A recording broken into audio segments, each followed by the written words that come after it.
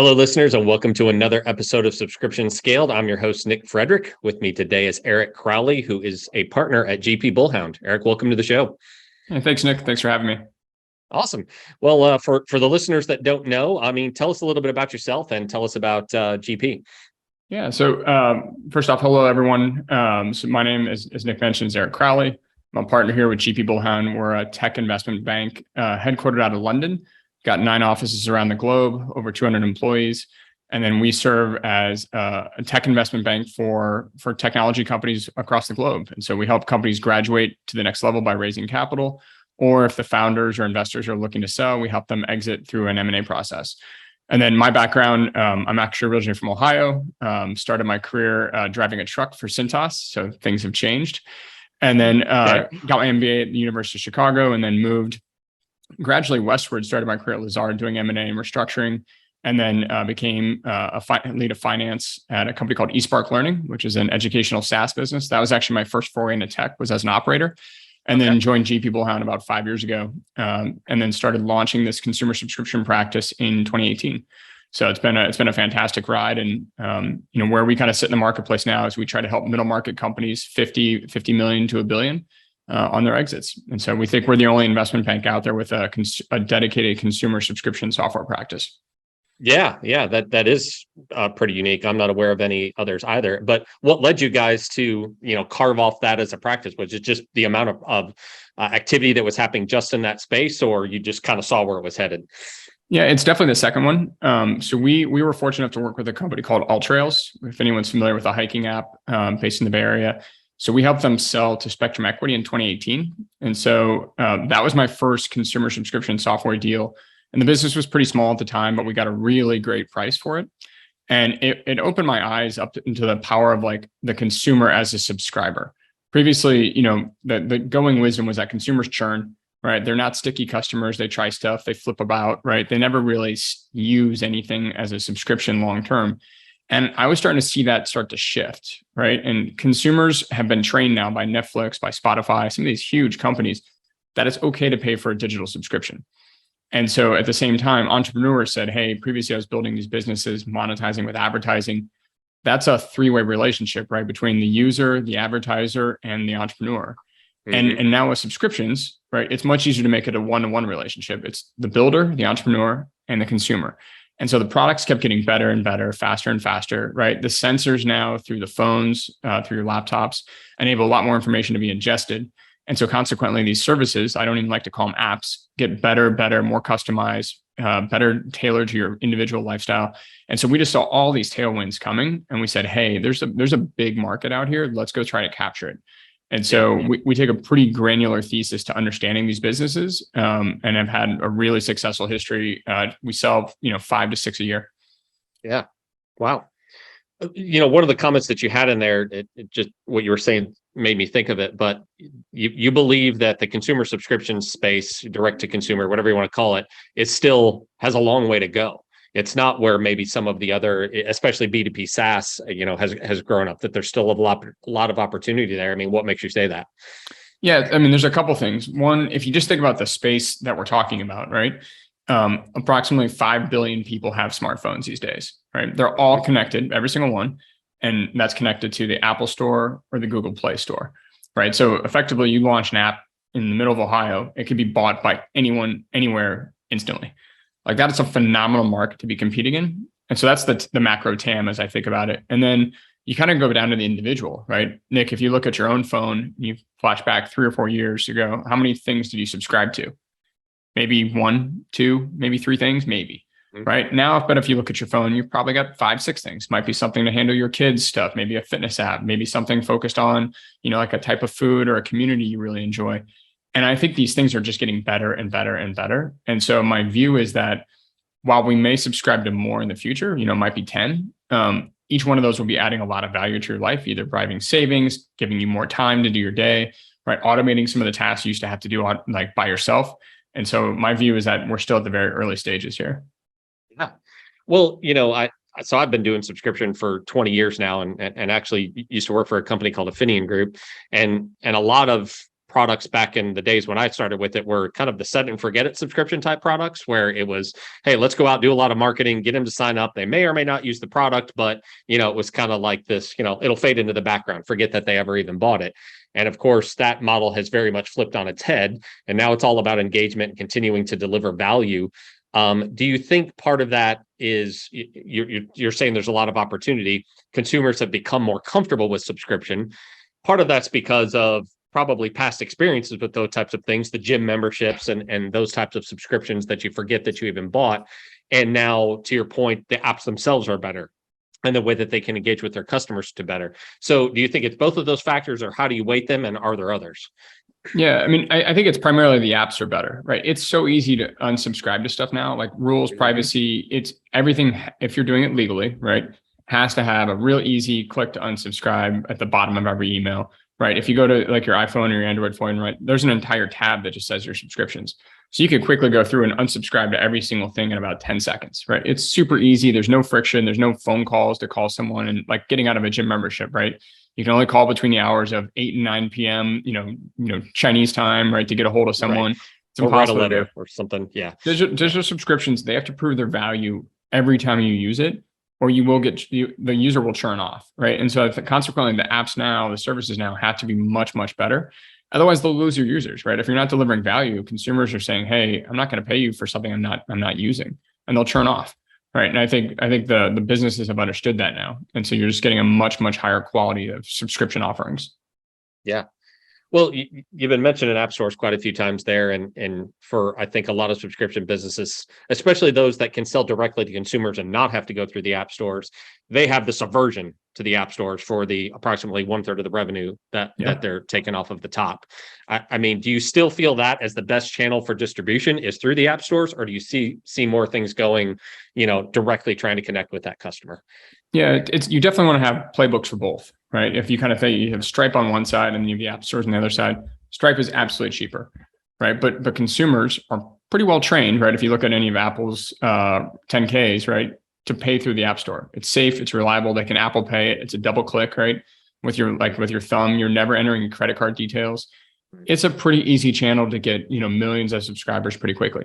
Now, I think a lot of these bigger businesses, once you're starting to get, 20, 30 million in revenue, you're going to try to find a way to see if you could acquire or renew subscribers through the web, right? Offer them a little bit of a discount, try to shift their subscription over. It's pretty hard to do, but it is a strategy I see a lot of my clients do, right? Because you kind of nailed it on his head, right? You get 30% more cash flow up front, 15% over the lifetime of that user. That's a lot of money. But I think the pressure, this is my view and my view alone, like the pressure is starting to build on those app stores to be a little less of heavy toll takers and a little more open to the innovation to the entrepreneur. So I do think, you've seen Google already start to lower that 30% down a little bit. I think Apple's going to start coming under some pressure here pretty soon. There's the Epic lawsuit that's kind of winding its way through. So I think entrepreneurs should have a strategy for both channels and be competitive in both. I think a lot of listeners will be interested in that perspective because even outside of the revenue that they take, trying to go outside of them, even work around that process. I mean, there's some horror stories out there about, legal action and them threatening to take your app off of the store for even, thinking about redirecting a customer. But you've seen some that have had success doing that. Yeah. I mean, you've definitely had success. It's much easier to pick up a subscriber off the web first than try to push them out of the app store, right? That's hands down easier.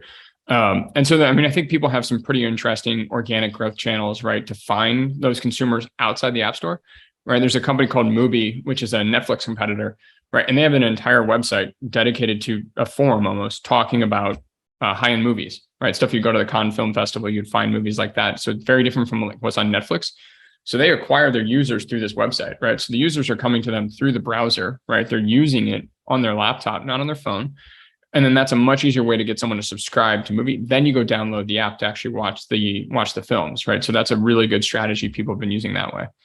Yeah. And then we talked about this in the 2021 report, but there's a lot of Chrome-based businesses out there. Speechify, Toucan are great examples, where you're actually using the app, not in the app stores, but in the Chrome browser. And so those are big businesses kind of being built in plain sight. We've seen a couple of major acquisitions north of billions.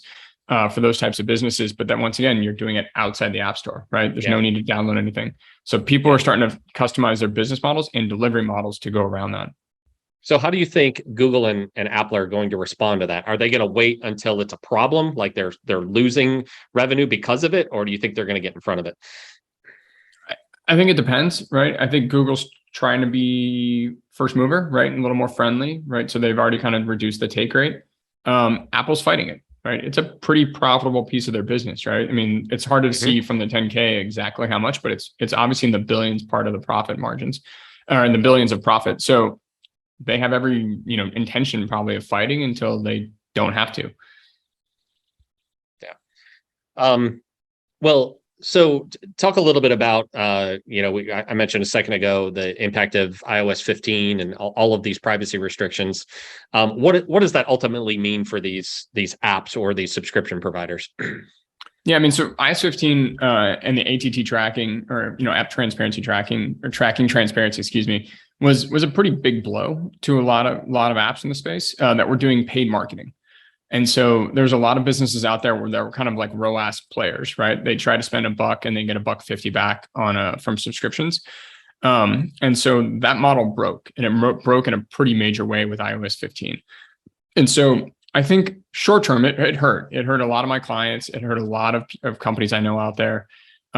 Longer term, I actually think it's a benefit. And this is a little bit of a contrary opinion. Interesting. Yeah. But I think the industry had gotten hooked on what I call like easy money, right? Like you put $1.50 into Facebook, you get $3 in revenue back, right? That was not sustainable, right? Facebook ad prices started to go up. People were competing against each other.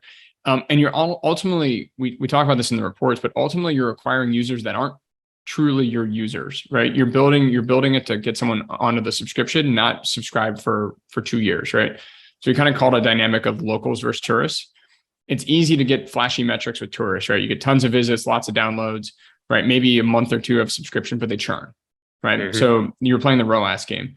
My belief is that really successful, like, $100 million revenue businesses, they optimize for the tourists, they optimize for the locals, people that are going to stay 3-4 lifetimes as users. And so I think what this did is it forced entrepreneurs to have a mind shift, right? Instead of the short-term ROAS game, think a little more long-term, right? Find unique ways to organically acquire these customers, not through paid marketing, not through like using a profile on Facebook, but find them in forums, right? Put posts out there, like find them on TikTok through your own accounts, right?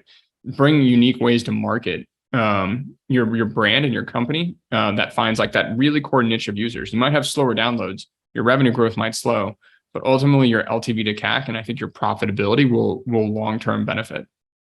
That's interesting perspective. A little counterintuitive. I don't think too many people are thinking about it that way. It's a long-term game. I'm thinking like 3-4 years into the future. Yeah. It's absolutely causing pain now. I'd be lying to you if I said like it's not hurting people, but I do think long-term it will be better for the industry because it just removes unnatural incentives to acquire users that aren't truly your users. Yeah. Okay.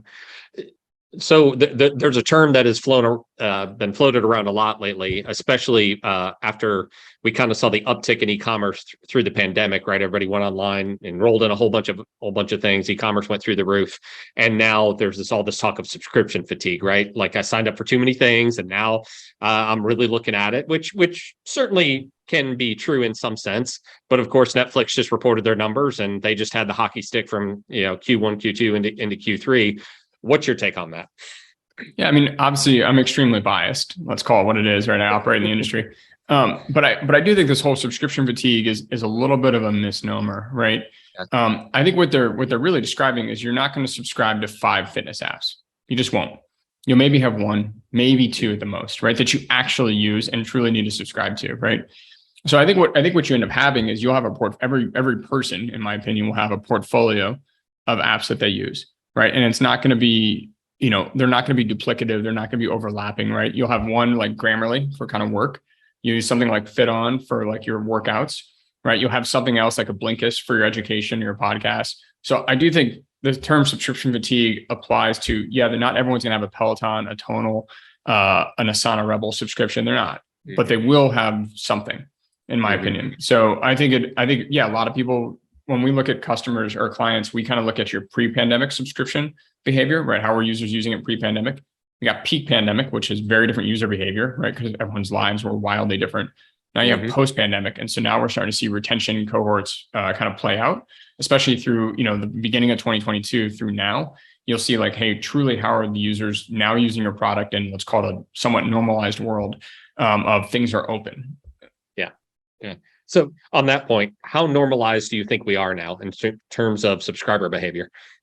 I think pretty far along, right? Like there's going to be some annual cohorts that, maybe in certain, I sit in San Francisco, right, which had some of the more harsher lockdowns and people kind of responded accordingly, where they subscribe to a lot of stuff, right? Entertainment, fitness, stuff like that. But I mean, even in San Francisco, people are out and about and doing stuff, even if they're not in the office, their way of life has returned to normal on the weekends, on the evenings. And so I think we're in a pretty normal environment right now. Yeah. Okay. I think that gives a lot of people some comfort to know that we may have leveled out. So talking about, you're saying within a category, you're probably not going to subscribe to multiple things, but within like the world of streaming, you might be, right? And how many you're going to subscribe to, it could vary from person to person or amount of time on your hands. Yep. What opportunities do you think exist in bundling and partnerships among these apps? Yeah, I mean, I think there's a lot, especially if those apps can interact. And so the way we've been thinking about this a lot is community. We've seen a lot of apps become really successful. Historically, they've built, the three-way, right? User, advertiser, entrepreneur. Then it went subscription, so one-to-one, entrepreneur, consumer. Now we're actually going one-to-many, where it's the entrepreneur and then a community, right? So when someone logs into an app, right, they're actually seeing a community of people. So it's not just you're just interacting with like a meditation app, right? Now there's a group of people meditating all at the same time. So there's the community piece. So I think. Sorry, what was your original question, Nick? I just totally went off. Just the opportunities around bundling or partnerships among multiple apps. I think you're going to see a lot, right? So if you look at like the Peloton case study, right, which they've had a rough run, but now they're trying to be a holistic opportunity to people to be focus on like mental fitness, right? They're focusing on physical fitness. So I think you'll see stuff where people will partner for something like, hey, using something for work, use this at home and this at work. So I think you'll see a lot of bundling start to happen. I don't know if there'll be acquisitions, right, where you buy something that's adjacent to you and offer it under one brand name. But I do think people will say like, hey, you have these types of users. Why don't you give me access to user base to market? And then I'll give you access to my user base to market and we'll do some co-marketing, right? Yeah. I think that'll be pretty successful. And I think users will be open to it if there's a proven value add. Okay. So then what makes the right type of partnership in your mind there? Or the right bundle? Yeah, so usually it means overlapping users, right? So if you take the Venn diagram of like who uses company A's product and who uses company B's, ideally they're probably a similar profile, right? So because then you can effectively stack something on top of the other. Mm-hmm. Okay. So, when you enroll in a new app through the App Store, that process is pretty seamless. It's fairly frictionless because you've already got a credit card on file. The store already knows your, demographic information. So enrollment's there pretty easy. Enrollment through an app or through a website can be much more difficult, right? Wrought with some friction, putting in credit cards, even if you're using wallet services or something like that. So in the case of these partnerships and overlap, everybody wants to own that consumer experience. I mean, everybody wants to be the one doing that billing and controlling that experience.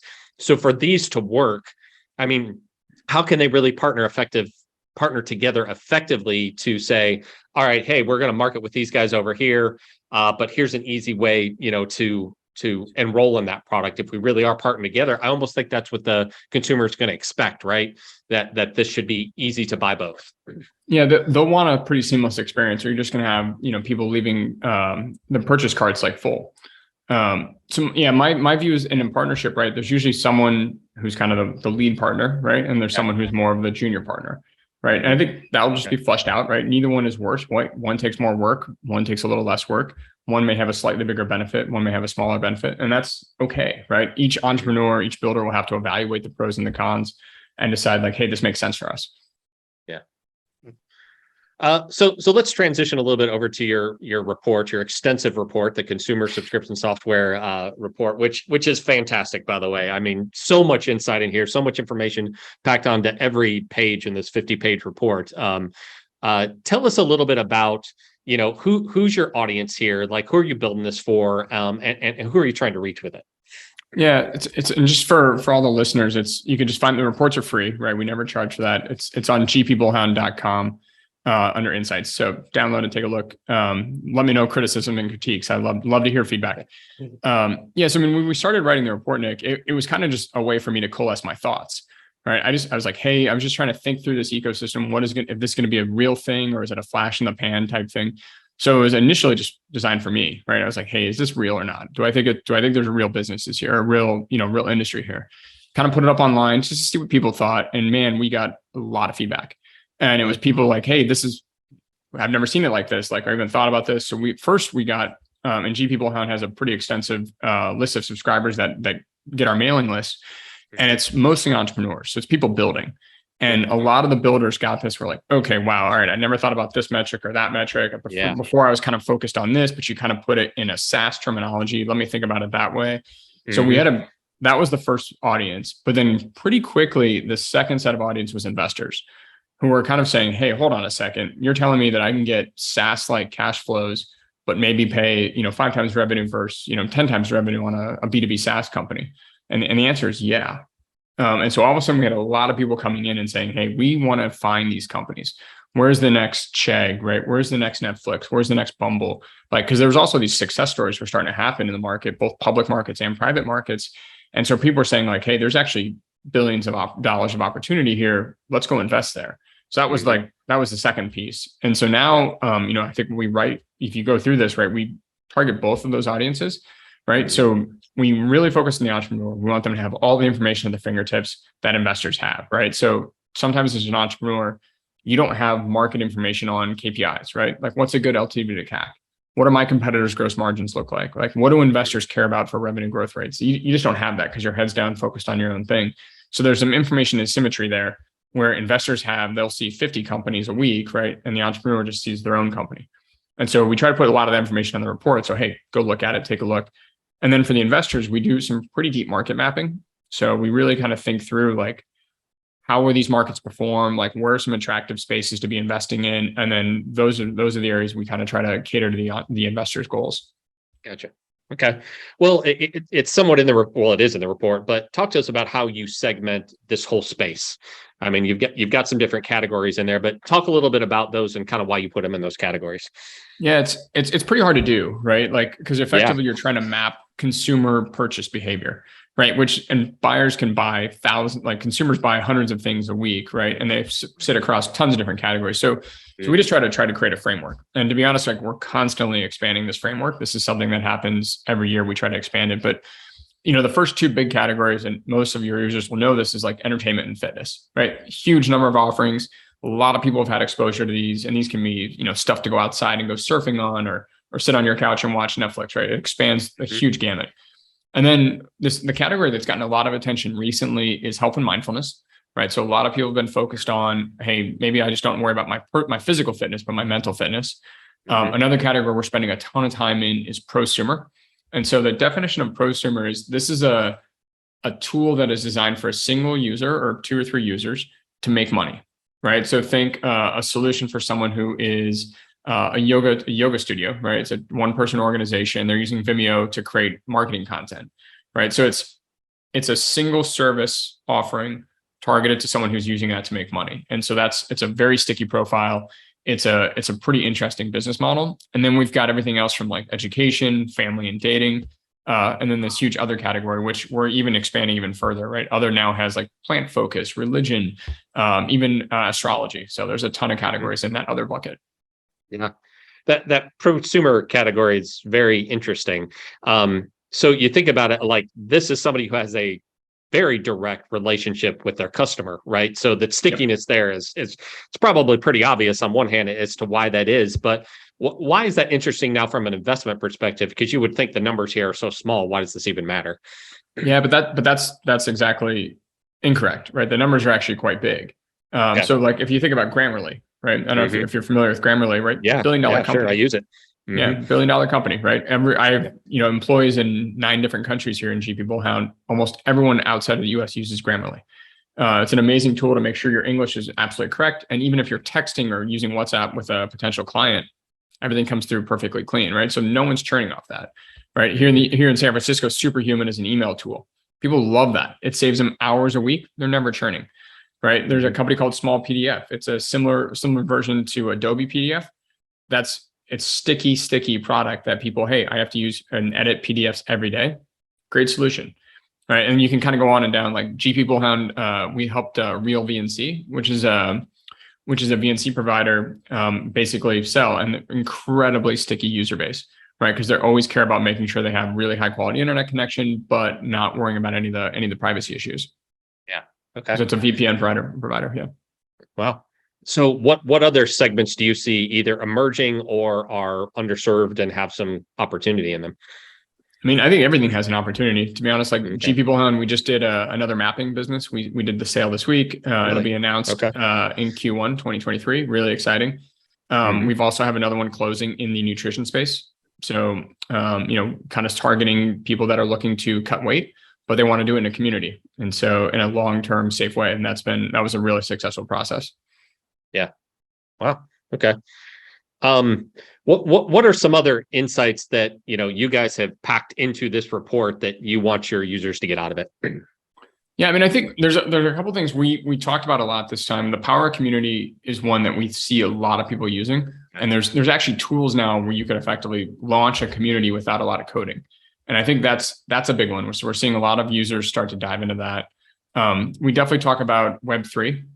We think that'll be an interesting use case. It's still super early, but I think the potential is huge. It's just getting it right. And there's a lot of scams out there. And then I think the other one we talked about, which we're pretty excited for the next 2 or 3 years, is femtech. So a lot of apps, right, aren't targeted towards the female demographic in origin, but now there's some really big businesses that are coming up, and they're working with like sensors and tools like Oura Ring, Fitbits, right, Apple Watches. So you're getting a lot of health information that comes off those physical devices. And they can go to these apps specifically targeted towards females that are seeing really good adoption, and they're really popular. And so we think this is a pretty cool category that's pretty underserved by the overall investment community, but they're building some really big businesses in plain sight. Yeah. So that's probably a good example of, you can take something like fitness that has been serving a very broad market and break it down a little bit, become specialized, and actually kill it because you've, kind of addressing a need that kind of everybody's been handling generically, right? Yep. Yeah. Anything you take off like pen and paper or spreadsheet and you put it into a digital app form usually has a pretty good success rate. Okay. So are there any other of your groups then that you think could be subdivided into some specialized categories like that?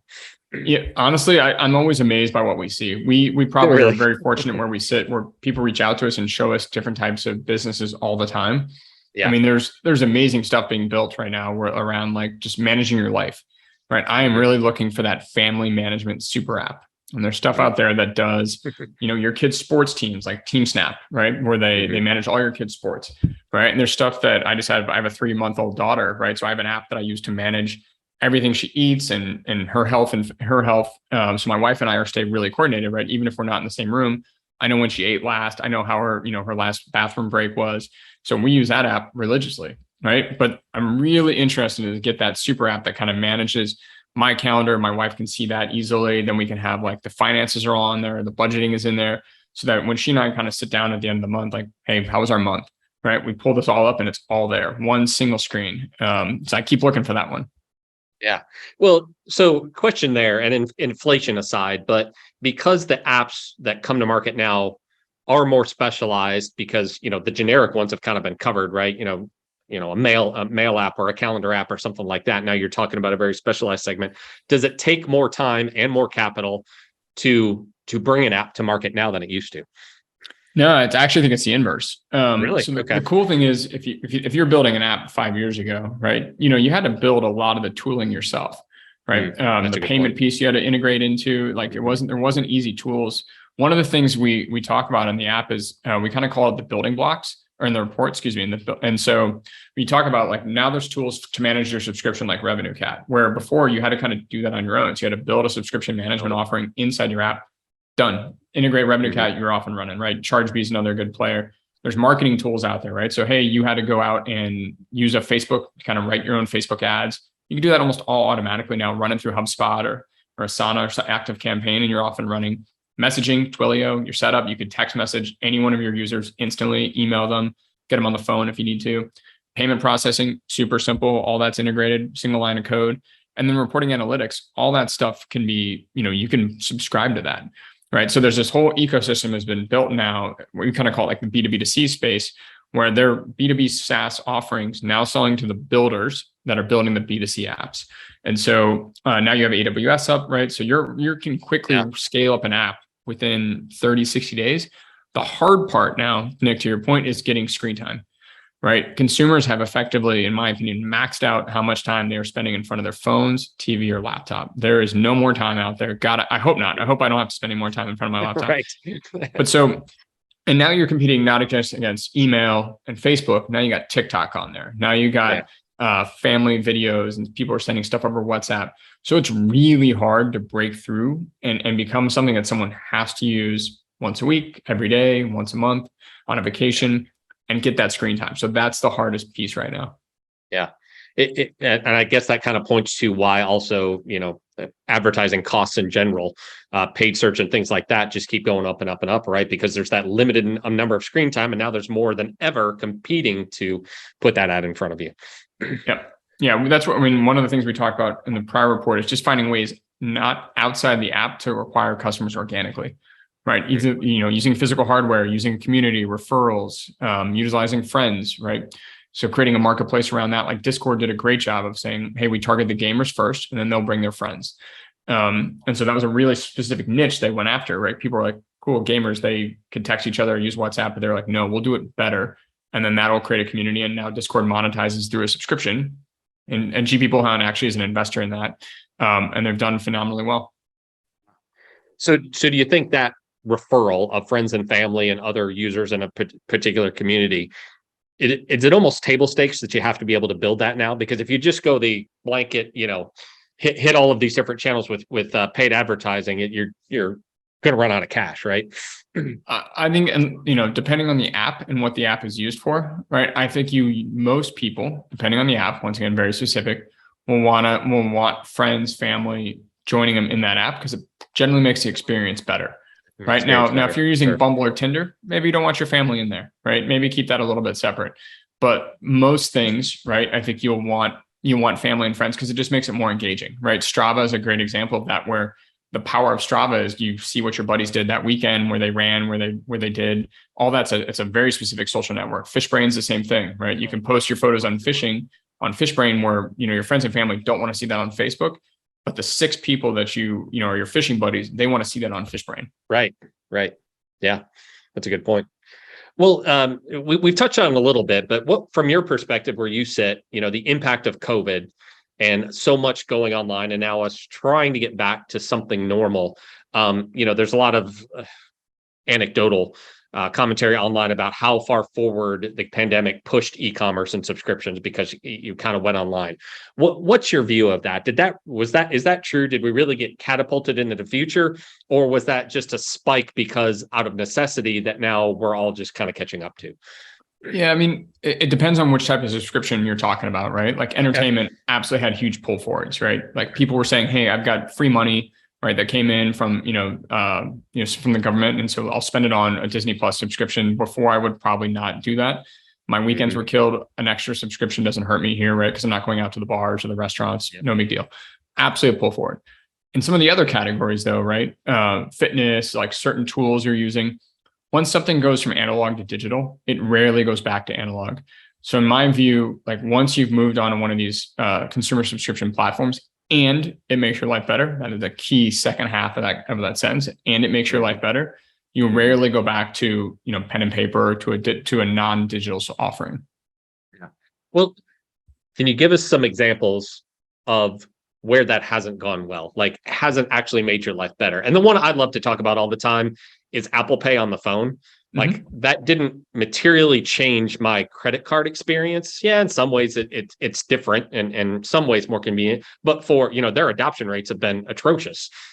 Considering how long Apple Pay's kind of been out there. So do you have other examples of things like that where you're like, yeah, this didn't work as well as they thought it would? I think so. I would challenge that a little bit, right? Because like sometimes I don't carry a wallet anymore. So for me, like Apple Pay was a huge win. I'm trying to think of other times where you saw a bunch of run-ups and then you saw stuff come down. Like you definitely saw some of that in like fitness, where people were like, in the Peloton example, I'm not harping on them, right? Yeah. They built an amazing product, right? They got overhyped a little bit, right? It's still like if you step back and look at it from like a 10-year view, right? A business was created from zero and it's worth $1 billion plus, right? That's a win every way, shape, or form, right? You can never take that away from the entrepreneur. The problem is that the market went up and it got really valuable and now it came down. So it's going to be described as a failure in the media. It's not. It's an amazing business and revolutionized in-house biking, right? It made every other competitor's product is better now. So like even that example, which people are going to point to, I don't actually think is fair because it's still $1 billion company that was created out of nothing. Yeah. So do you think in that example, Peloton overreacted when they kind of cleaned house and when everything kind of dropped and inserted the new CEO and did all of that? No, I mean, they're kind of just like their business got pulled forward, right? They scaled up so quickly because the market was saying, go, go, go, scale up, right? And they were rewarding every time they got higher revenue growth, right? The market pushed the stock up 10 times. So, I mean, they were responding to incentives that were coming from investors, which is what you should do, right? Like that's not a bad thing, but I think they got a little over eager. Right. They spent a ton of money and they had some production problems, right? Like it is what it is, right? Sometimes you get stuff stuck on ships. And then people started going back outside and, it's like all home fitness equipment. If it's not used every week, it generally starts to get pushed into the corner, then it goes into a closet, and then maybe ends up in the garage and things get tougher. But if you look at their subscription business, it's actually still quite strong. So like once they kind of fix the manufacturing piece, like this thing will cash flow quite well. Yeah. Well, I mean, I've talked to a bunch of different subscription companies or fitness companies lately, and the statistic I kept hearing was that a third of gyms and fitness centers didn't make it, out of the pandemic, that they shut down. And as consumers, and all of them, of course, experienced some decline there for a little while. But now you've got this, all of those customers of those fitness centers are now, not all of them, but a lot of them are coming around and now, creating not a new market, but additional market share opportunities for them. So, it to your point, it kind of evens out over time, right? Yeah, I mean, I think a lot of people will have a gym subscription, and like you can honestly get really cheap options to some of these digital subscriptions from your healthcare provider, right? A lot of like Kaiser offers Calm, Headspace, ClassPass, right, as a healthcare provider because they think if I'm healthier, they spend $20 on my health, right? Maybe it'll save me a major operation, 5 years down the road. So I think a lot of those businesses are finding second lives as going from now they're going to B2B as well. So it's a pretty interesting, like you can see Headspace doing that with the merger with Ginger. Yeah. Well, so any other like high level insights about where all of this is going, Eric, that you want to share with the listeners? No, I mean, we're super bullish on the space, right? We really like the innovation that's happening, right? We will tell every entrepreneur it's really hard, right? Some of these apps will never have, will not have a successful exit. It's just really hard to get a successful exit as an app, right? Because you're competing in a very crowded space. But the time is showing like, hey, if you're building a really good business, there will be a buyer. And we're even seeing like app conglomerates start to come up where they're buying 5, 6, 20 apps, right? And they're optimizing the sales and marketing spend. They're cutting down costs and they're running these things for cash and they're becoming pretty successful, millions in profit. Wow. Interesting. Yeah. And no, go ahead. I was going to say, Nick, and just, so for your subscribers, we always like talking to entrepreneurs. If we didn't include your company in our report, reach out. We're happy to add it in there. We always like to update the landscapes. And then if people have questions, don't hesitate to reach out. Yeah. Awesome. Well, if there are entrepreneurs listening who want to, learn more, download the report, or maybe ask some questions about what we talked about today, where's the best place for them to go?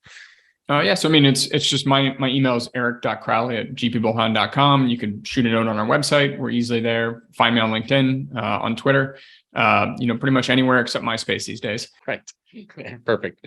Awesome. Well, Eric, thanks so much. I mean, you have a very unique perspective on the market, looking at it from the macro level like that. And clearly you're getting down in the weeds because of all of the extensive information in the report. So thanks for putting that together. And thanks for sharing some insights today. Awesome. Anytime.